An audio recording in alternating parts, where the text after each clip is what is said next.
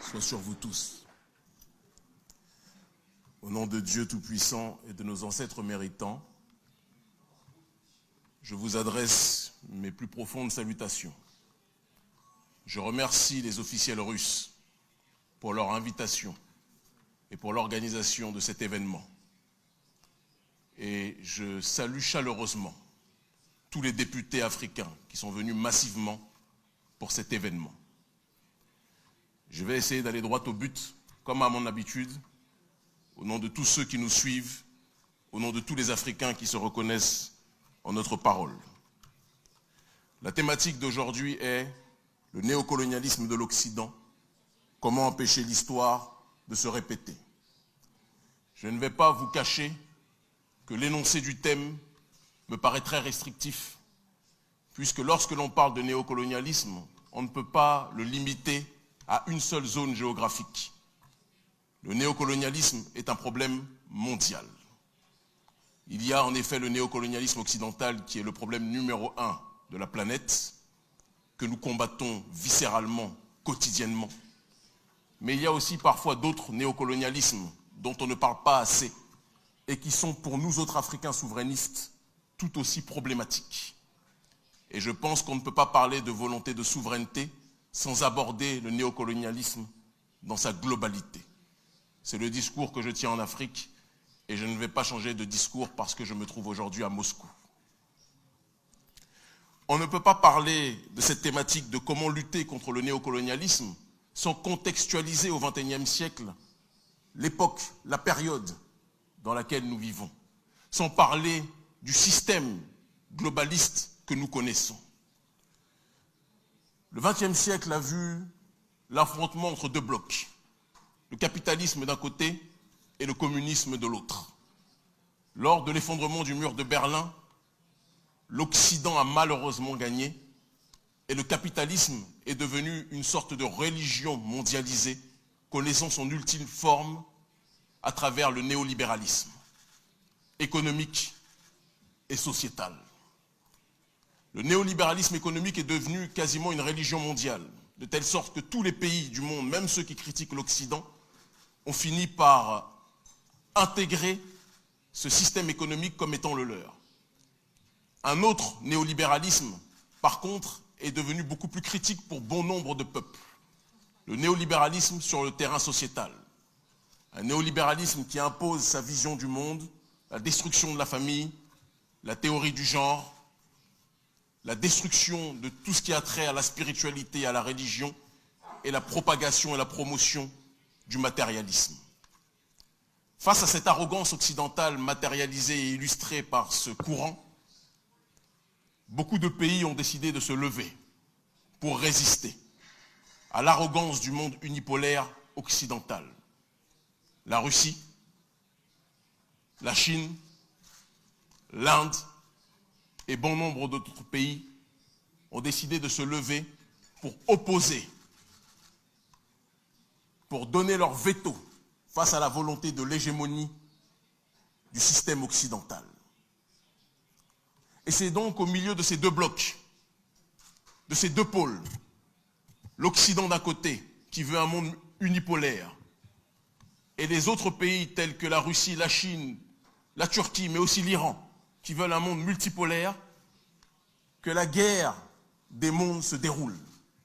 Et au milieu de ces deux blocs, l'Afrique est en réalité le terrain de prédilection de l'affrontement entre ces deux mondes. L'Afrique est par conséquent, qu'on le veuille ou pas, une nouvelle fois, l'arbitre de ce monde.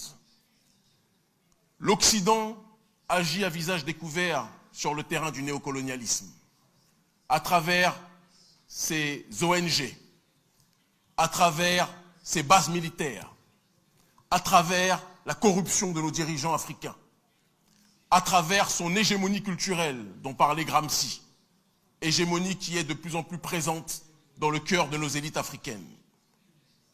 Et face à cet Occident, d'autres partenaires viennent en se présentant comme des amis, la Russie notamment, la Chine aussi, et d'autres pays, en déclarant qu'ils veulent nous aider à lutter contre ce néocolonialisme. Et nous les remercions. Mais parce que les amis doivent se dire la vérité sans tabou, nous devons être aussi honnêtes dans la manière d'interagir les uns et les autres. Lutter contre l'impérialisme d'Occident est une nécessité.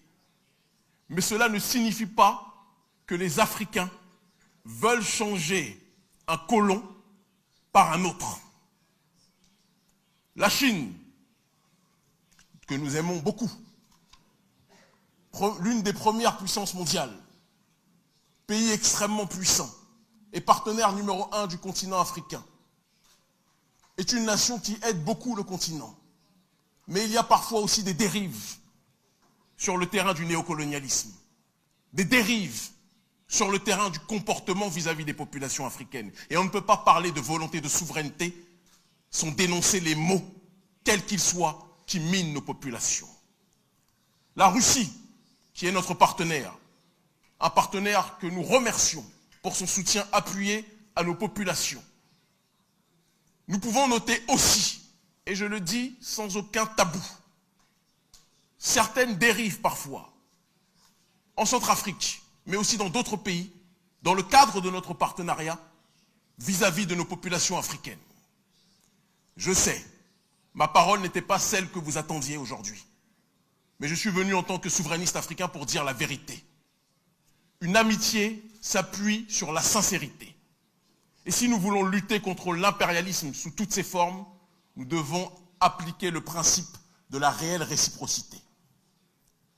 Les représentants et les ressortissants africains qui vivent dans les pays de nos partenaires qui s'opposent à l'hégémonie d'Occident connaissent parfois un certain nombre de difficultés, parfois de discrimination, parfois d'exclusion au sein des pays qui se disent être nos pays partenaires.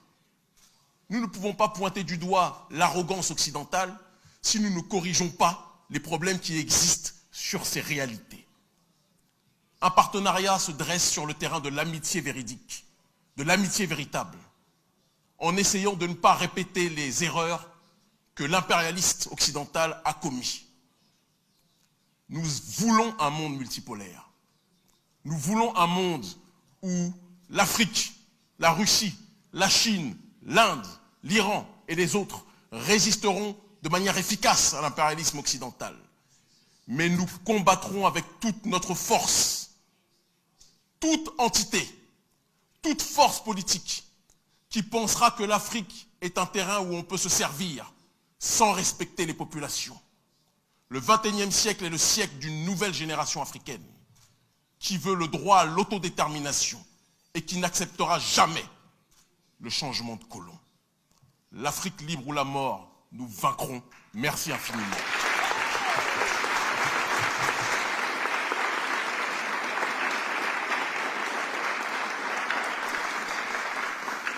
Большое спасибо, merci beaucoup. Merci, Monsieur Kimi Seba.